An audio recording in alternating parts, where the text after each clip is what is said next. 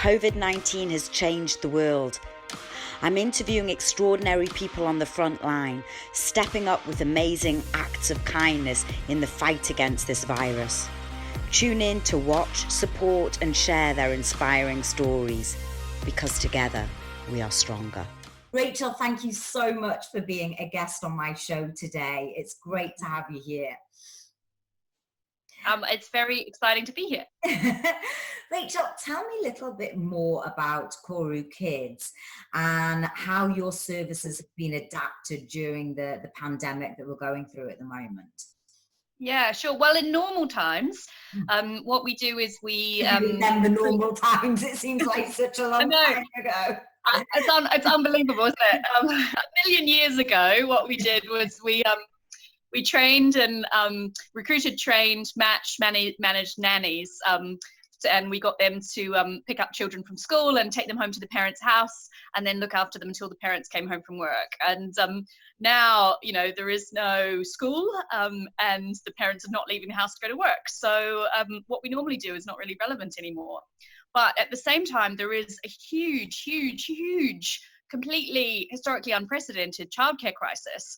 And what parents are trying to do right now is work from home and somehow homeschool their kids at the same time, which is completely impossible. And parents are struggling, hitting a wall, you know, like there's a lot of sadness happening right now around that. And so what we're trying to do is really help in a variety of different ways. We had to very rapidly pivot what we did. So we're doing many things. One thing we did was we immediately started training our nannies on how to deliver care virtually. So how to basically look after kids through Zoom, which sounds completely ridiculous and impossible. But the kids have to be a certain age. I'm afraid we could not crack. We did actually try some experiments using team members' kids with like 2-year-olds and 3-year-olds, and it doesn't really work. But for the older kids, you know, if you've got a 6 or 7 or 8-year-old, it is actually very possible to supervise homework and, you know, do that stuff virtually. So we've been developing, you know, approaches and rapidly testing and supporting our nannies to do that. And now, you know, we've got 25% of all of the care that's being delivered through us last month was actually virtual, which is cool. So that's one thing we did. Another thing we're doing is just trying to help our nannies who have been furloughed or who aren't needed anymore. So we're doing a lot of just supporting that community. One thing we did was we're helping them get qualifications, use their time. So we're getting CASE accredited level 2 qualifications in childcare, which 400 of them have now signed up to, which is great. Yeah, I think it's going to be really cool because when things open back up again, you know, our nannies are going to be, they'll be the same great nannies they always were, but they'll be even more qualified. So that's kind of yeah, really cool. And then and then just a ton of support to parents as well. And you know, one of the things that we just launched yesterday actually was I've been working on making a video about how difficult it is, impossible to homeschool and work at the same time. And somehow we've like people all over the world are now being expected to do this, and it's completely impossible. So I did a series of interviews with parents where basically they're all saying it is completely impossible. I'm exhausted. I'm spent. I can't do it. And the reaction to that video has been actually pretty amazing. A lot of parents saying, you know, I feel like I couldn't complain about this because I know so many people have it so much worse than I do. But actually I'm really struggling, and, you know, I feel seen. I feel like, you know, I just feel better because I watched it. And then a lot of people have reached out to me saying, well, I don't have kids, and I didn't actually realize that, you know, my colleagues, my clients, my boss, my, you know, junior who works for me, I didn't realize they were going through this. I think what's happening right now is parents all over the world are feeling like they are personally failing because they're not able to do both these jobs at once. And the point of the video is to say, this is not your personal failure. You're doing the best you can. You're doing fine. You are being asked to do something that is impossible. And so the message is kind of to everyone around you, like, can you please just go easy on the parents? They're still as great as they always were. They're just going through something unbelievably tough right now. Rachel, that video sounds so interesting. what we're going to do is we'll put that at the end of this interview. And are you facing any, or are you adapting your business to help with, say, NHS staff or frontline workers, where obviously the whole social distancing, well, you've got to be even more careful in that respect? Yeah, we are. So one of the very first things we did actually was we came across this incredibly inspirational group, which is medical students, and they the final year medical students were being called up into the hospitals, but the earlier years, the sort of, years 1 to 4 or 5 or whatever it was, the earlier years, they weren't, and they felt they wanted to help and they didn't know how to help, and so they came up with this idea themselves of providing childcare and to NHS workers. And so they started self-organizing, and they made these Facebook groups, and this grew very fast, and they got in touch with me and said, can you help us? I just thought it was so inspirational that they'd done this, and just such a great thing to do. So I said, absolutely, we will support you however we can. And what we've done is we've ended up providing them training. So we train all our nannies, and so we trained them as well. We didn't, of course, charge a penny for that. It did cost us, but we just that's kind of part of our contribution to the effort. And so that's one thing we did. And then another thing we did was we've just reached out to all parts of the NHS saying, we're still here. We've got loads and loads of nannies. A lot of them didn't want to work during this time, but a lot of them actually did. And so we've been connecting people. Okay, fantastic. And are you offering any sort of discounts if they are, or any special services if they are NHS or sort of those key workers? Yeah, we are. Yeah, we offer a special amount off their first bill. I mean, the reality is that for a lot of people, particularly like NHS nurses, nanny care is just going to be expensive. That is the reality of it. And the nannies, of course, have to get paid. That's because they're doing it for a job. So there's a limited amount that we can actually do about the price, but we are doing whatever we can, basically. And how are you, because obviously now that the government, has slightly relieved the lockdown, however you interpret those rules, how has that affected you since the announcement on Sunday? Can you see more nannies now sort of going back to work? And if so, are you definitely in place, the sort of safety? Yes. Yeah, so definitely there's been an uptick in the nannies and families as well. What's been quite interesting is actually nothing has changed since Sunday or since last week legally or in terms of guidance. It's been it's been quite misunderstood, but nannies have actually always been able to work throughout. So there's never actually been a point where they couldn't work, but a lot of them just didn't want to, and a lot of families just didn't want to have someone in their household. But in terms of the guidance, it's always been possible. And in fact, even before Boris's kind of big announcement, there was actually very clear guidance where it specifically said nannies can work.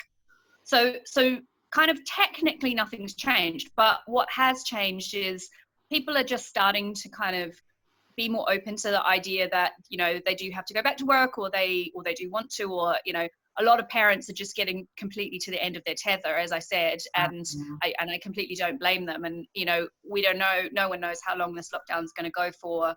No one knows when school's going to go back. Maybe it's the 1st of June, maybe it's not.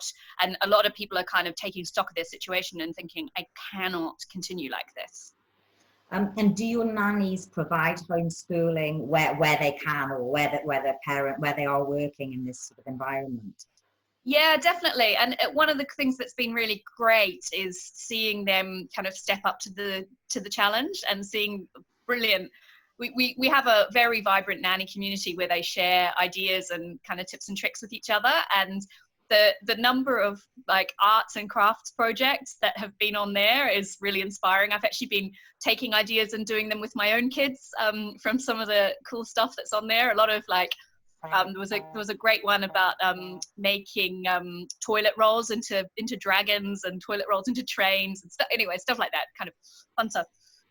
But even on the more formal homeschooling side, I think what's happening now is schools are starting to get their act together and you know, moving on to Google Classrooms or Microsoft Teams or whatever it is, and kind of sending out all their materials.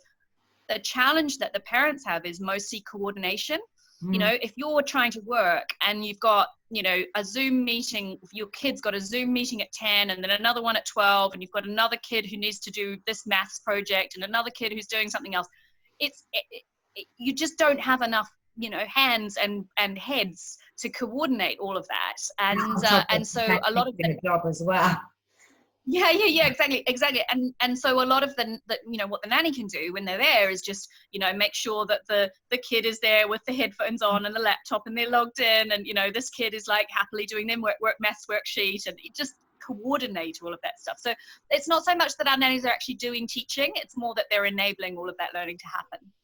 And is there any advice that you could give for either parents out there that are watching this and just are literally tearing their hair out and going, you know, how long is this lockdown going to last? How am I coping? I'm doing a rubbish job. I can't juggle all these balls. Is there any sort of practical tips that you could give? Yeah, I mean, the things that people are sort of saying is helping. So there's kind of two schools of thought. There's the hyper routine, you know, Von Trapp family with the with the whistle kind of approach. And the modern version of that, I did hear one tip I really liked recently, which is if you've got an Alexa or you know, like a Google Home or whatever, that kind of thing, set reminders on it. So it's kind of like, you know, it's 10 o'clock, time for maths. It's 11 o'clock, time for whatever, so that it's not you doing it. It's kind of like a school bell. If you're that kind of person, if you're the Von Trapp, you know, whistle kind of person, I think that might appeal. There's a second school of thought, though, which is just don't try to replicate school. You know, if you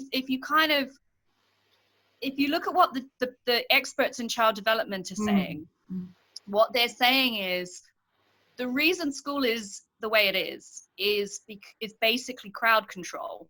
The reason it's so routinized, and, you know, you have to do certain things at certain times, and you do, you know, 30 minutes of maths, then 30 minutes of art, and then 30 minutes of French or whatever. The reason for that is because you have one adult who needs to control about 20 kids. Yeah, cool. And in the home right now, that's not the case. And so if your kid wants to, depending on the age, but if your kid wants to paint all day, brilliant.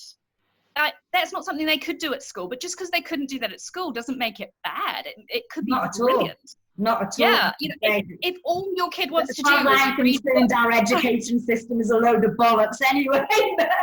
So exactly, right? Well, it adds the creativity. I mean, look, adults are going through all sorts of stress at this time, and it's actually a time where we can take stock as well, and think about, well, what are our lives? So in the same way, you know, children take stock as well. I mean, not the child actually. Oh, definitely. Yeah, definitely. You know, it's, and kind of no matter what it, you know, if you're lucky enough to have a garden, and which I don't, but I know many people do, you know, and you have a paddling pool, and the kid wants to spend half a day in the paddling, brilliant. Like, kind of just going with it, and especially going with the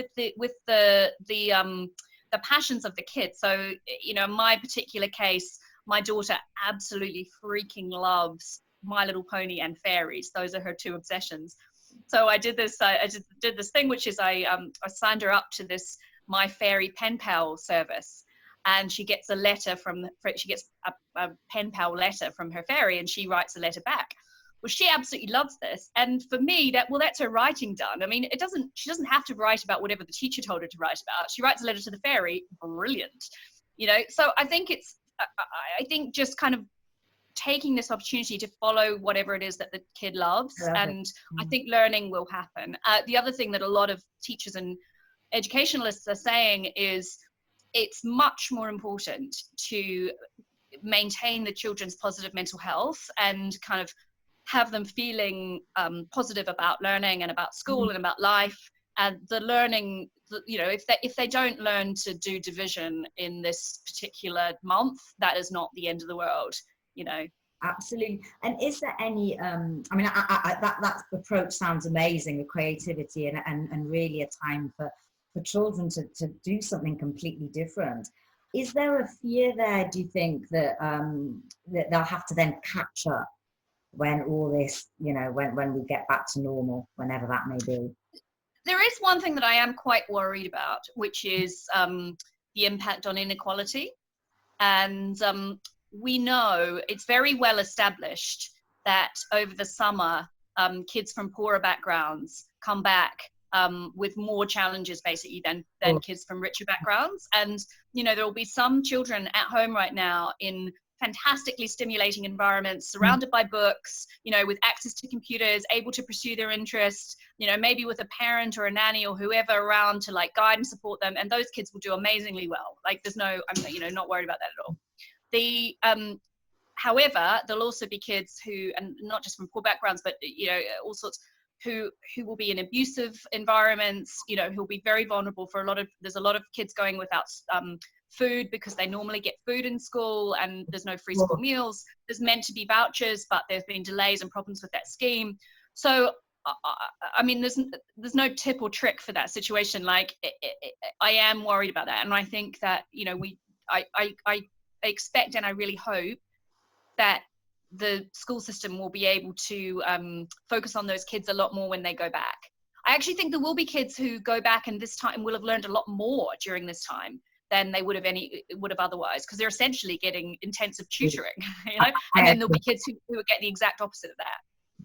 And how do you think that it'll affect the family dynamic? Because let's face it, we're not used to spending so much time locked up with each other. And parents, mothers, fathers mostly either go to work, or at least one parent goes to work. And now we're finding ourselves in a situation where we're all together 24/7 with the children. And that must cause a level of, on one side, it sounds wonderful. It sounds, wonderful holiday, but it's now been 8 weeks. And there must be some tensions there. Are you finding that or hearing that from your families? Yes, definitely. Yeah, 100%. And, it's kind of highlighting a lot of tensions that were already there. So, if you had a kid who displayed tantrums, or who, had a tendency towards violence, was tricky to deal with. If you had a sibling dynamic that was not particularly great, if you've got like the mum and dad who kind of normally snipe at each other, one of them does a lot more housework than the other one, like, all this stuff that was normally there, it's just like we've poured fuel on this fire. And I'm hearing a lot of and one of the interesting things that has I was reading about that's happened in China, I find it very interesting to look at China as a sort of window on our own future in a lot of ways. And in China, when the lockdowns finished, the applications for divorce absolutely spiked. Of course. And I wouldn't be surprised if that happened here as well. Oh, completely. I mean, I know personally, I went through my own relationship issues, and I don't have children. So, I mean, you can put a strain on any relationship just because we're not used to being, it's one thing being with yourself, but being with another person all the time, and being constrained and being locked down. It's a very false sort of situation and difficult one. Yeah, I mean, I just think this is difficult for literally everyone. I mean, it's easy to say, oh, it's so hard for parents. It's also very hard for people who are locked down by themselves. I've got friends who are isolated, and I was talking to one yesterday who is normally a very social person, and started off and was feeling it, and started off doing lots of Zoom calls and lots of Zoom dates and Zoom drinks or whatever, and then just got to the point where he was kind of over that and didn't want to do it anymore, and now he's not really doing it, and it's very hard for him. So I think there are so many flavors of it being difficult. It's just as sometimes people say, it's not that we're all we're all in the same boat. We're all in slightly different boats, but we're all like paddling as hard as we can. Absolutely. And tell me, where can people find out more about your services if they want to, say, employ a nanny, if they're a parent, or if they are a nanny and want to reach out to you? How can they reach you? Yeah, so if they Google Koru Kids, Koru Kids, And we'll put... Koru. I'm from New Zealand originally, and Koru is a fern as it grows.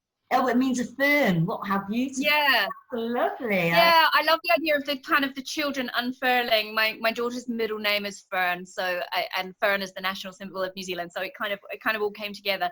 Anyway, that's a Koru, and so if they Google Koru Kids, they can sort it all out on the website. And we'll put the link down below as well, so people can link in.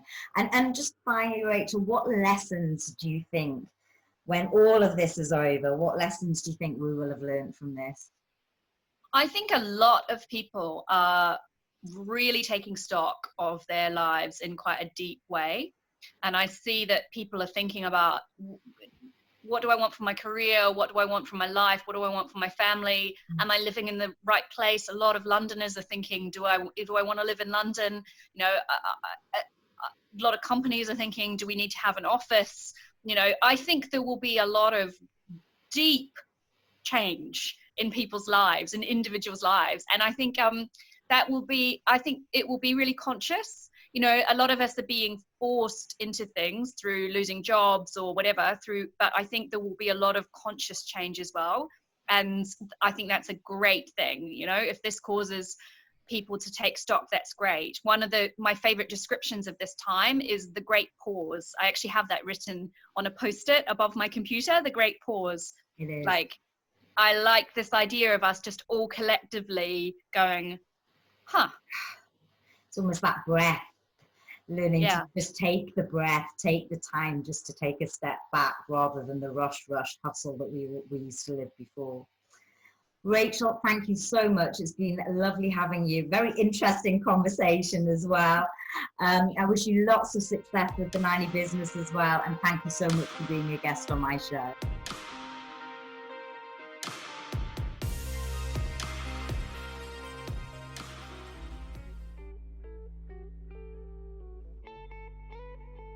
I'm tired, I'm stressed, I'm exhausted. Pretty much, I'm spent. Trying to work from home with my children around is the most pressurised situation I have ever been in, and I work in crisis management. I'm not doing a good job at either parenting or my job. I'm trying to be a cook, a cleaner, I'm trying to teach art lessons. Even if I close the door to have a meeting, I can still hear my son outside going, "Mummy, mummy," and that breaks my heart in two. We literally don't have a minute to ourselves. And I feel the worst of it is the constant feeling of failure, because you either fail as a parent or an employee. Probably doing both of my jobs badly at the moment. It's just the headspace of having kids around all the time. It makes it just really hard to focus on work. I'm probably running at about 60% on a good day. We're exhausted. We're kind of like, you know, from 6 till 10 at night, that's our day, you know. 90% of the time, I'd say it's sheer exhaustion. The word shattered comes to mind. I'm feeling quite guilty and anxious about work. I'm trying extremely hard to keep it all together. Having an 18-month-old at home while you're trying to work, it's just a constant distraction. 2 small kids. Yeah, it's a struggle, it's tough. Juggling their schooling and stopping and killing each other. I am overwhelmed all the time. All the time. Utter carnage. I won't say how much wine, but definitely more wine. Not on the cornflakes yet, but I think it's only a matter of time.